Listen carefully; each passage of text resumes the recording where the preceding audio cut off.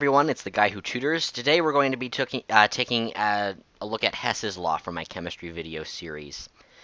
So for those of you who are unfamiliar with Hess's law essentially states that the sums of the individual reactions, changes in energy, S apostrophe changes in energy, will equal the change in energy for the overall reaction. So we have an example: nitrogen gas and oxygen gas react to perform 2 moles of dinitrogen pentoxide. And the reaction is broken down in these three equations, and we have the individual changes in energy for each of them. So we need to do two things. First, we need to make sure that everything is on either the reactants or the product side based on where we see it in the overall equation. And second, we need to make sure that our mole-to-mole ratios are consistent with this equation. So let's get started. We have our values here, and we need to solve for the sum. So it's not as easy, unfortunately, as just adding all of the delta H's up. Delta H just means change in energy, by the way, if you're unaware. So let's take a look at our equations. Your first step whenever you're doing a Hess's law problem is to make sure that the reactant you see, or the product you see here is the same in the same side as down here. So you need to make sure that it's on the same side when you look at these equations. So we see it right here, dinitrogen pentoxide, and it is not on the correct side. We need it to be on this side, the product side. So what we do is we just flip the equation around. So I'll do this in blue. So let's rewrite this equation to start.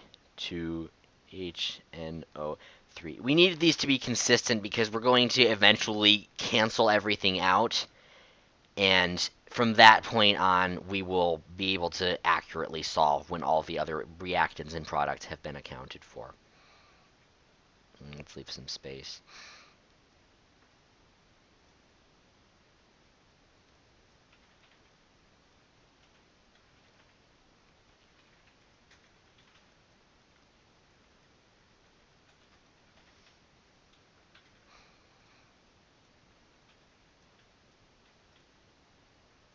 There.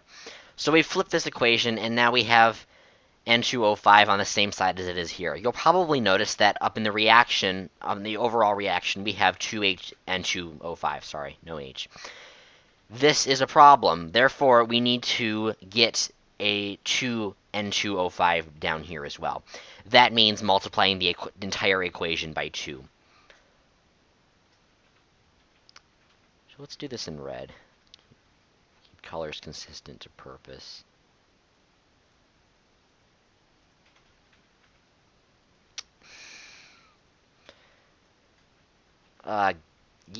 Blah. This is weird. You know, maybe I could probably buy a good whiteboard, but that might actually cost money.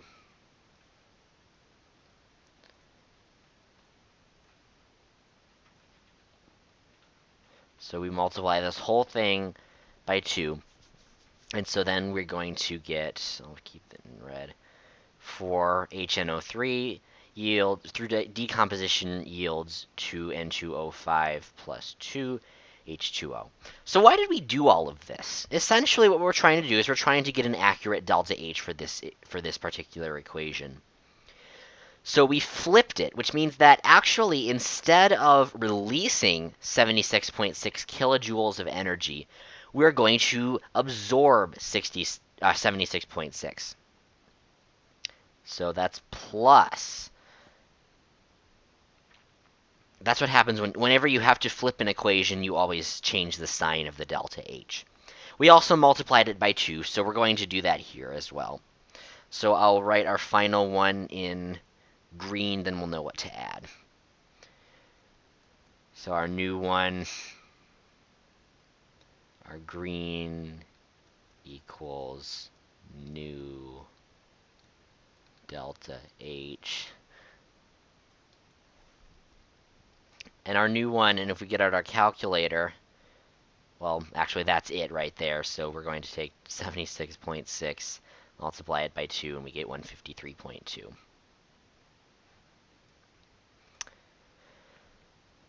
All right, awesome.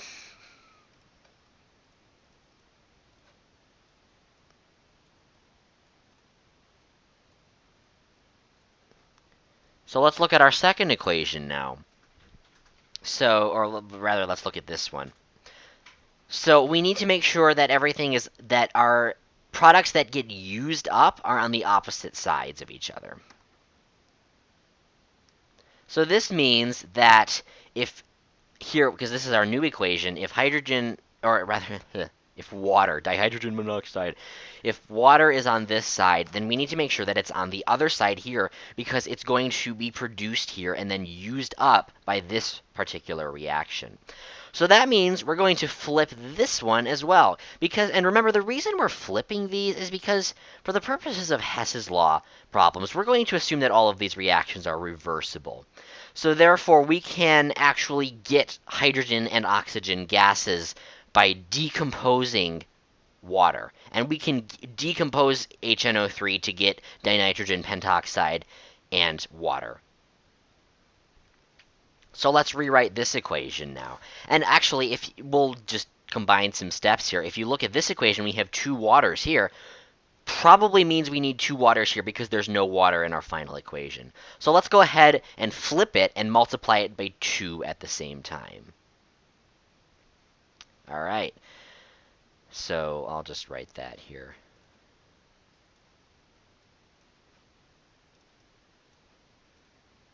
So let's write our new equation.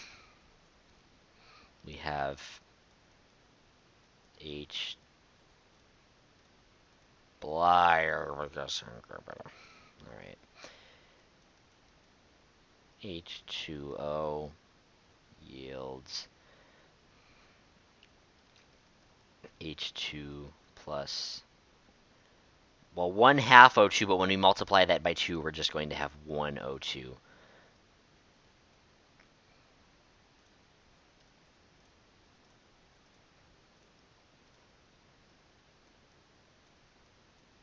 And when we put in our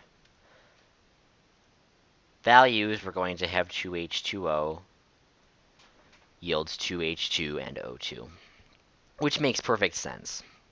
So now we just have this last one down here, and it has a lot of fractions in it.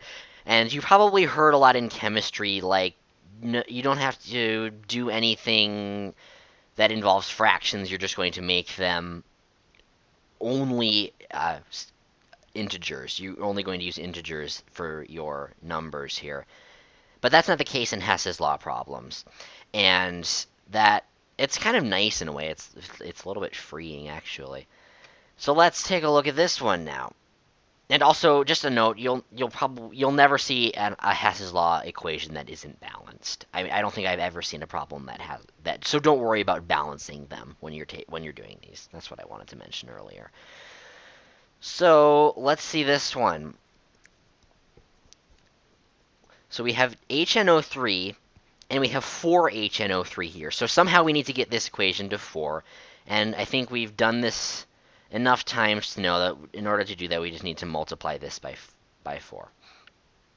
So when we do that, and actually this is on the correct side, it's on the opposite side as it is here. So we're just going to leave this. We don't need to flip this one. And actually, let's do the delta H math for this one.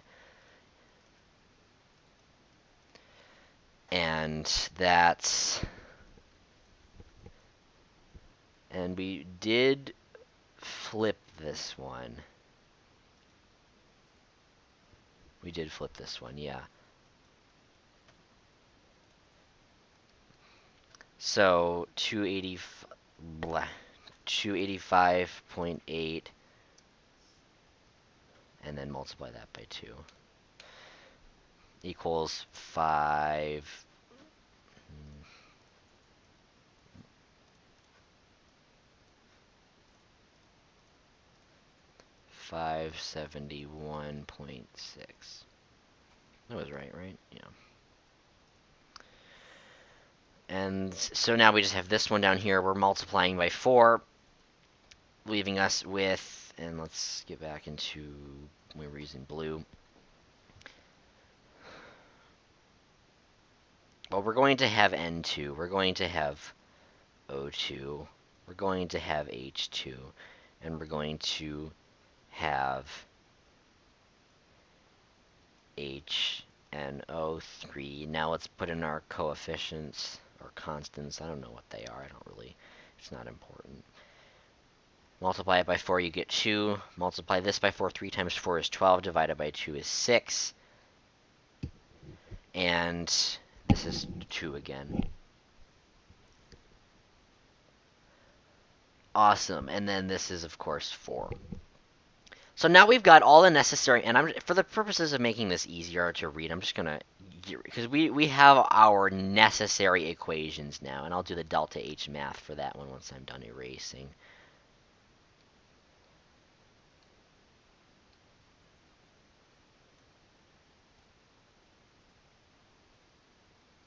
So now we're left with several nice equations that we can work with. You'll notice our fractions are gone too. That's not always going to happen, but it worked out well for this one. So let's look at this a little bit. So the beautiful thing, and this is where Hess's law gets to be the most amazing thing you've ever seen, almost, is this canceling feature. I mean, it just becomes so wonderful to cancel all of this stuff. So let's cancel in purple. 2H2O, 2H2O. Produced, used up. 2H2 is produced, 2H2 is used, or 2H2 is produced, 2H2 is used up. 4HNO is produced, or HNO3 is produced, 4HNO3 is used up. Now we still have this one little oxygen up here, so we can take one away from here, we can get rid of this, and we are left with, I'll do this in, no, purple's fine, 5O2. So right now, all we're left with is 2N2 plus 5O2 yields 2N2O5. Oh, right, that's this. We've canceled out everything else that was produced or used up, and we're left with just the regular equation. And let's do our delta H math for this one. So all we did was multiply it by 4. So let's multiply this by 4. Negative, or 174.1 negative times 4 is negative 696.4.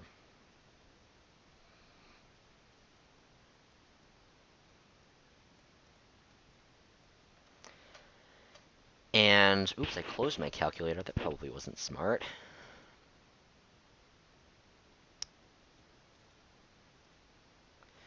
So now we have our, hey, that should be negative, man. Oh, no, it shouldn't. That's not negative. So now we have our 3 accurate delta H values. We've solved for everything else, and we're ready to get our final delta H. So let's do the math here. 571.6 plus 153.2 minus 696.4. 28.4 kilojoules of energy. And that, ladies and gentlemen, is our final answer. They're not always going to work out quite that nicely. Sometimes you're just going to have a whole bunch of negative ones, and it's going to be like negative 2,500 something, and that'll still be the right answer. So you really just have to make sure you know what you're doing when you do these things. You can't rely on a nice small answer like 28.4, or a nice close to 0 answer, rather, to indicate to you whether or not the problem was correct, or that your solution was correct. So that's Hess's law for you. If you liked this video, please physically like it, or subscribe, or leave a comment. If I made an error, please let me know.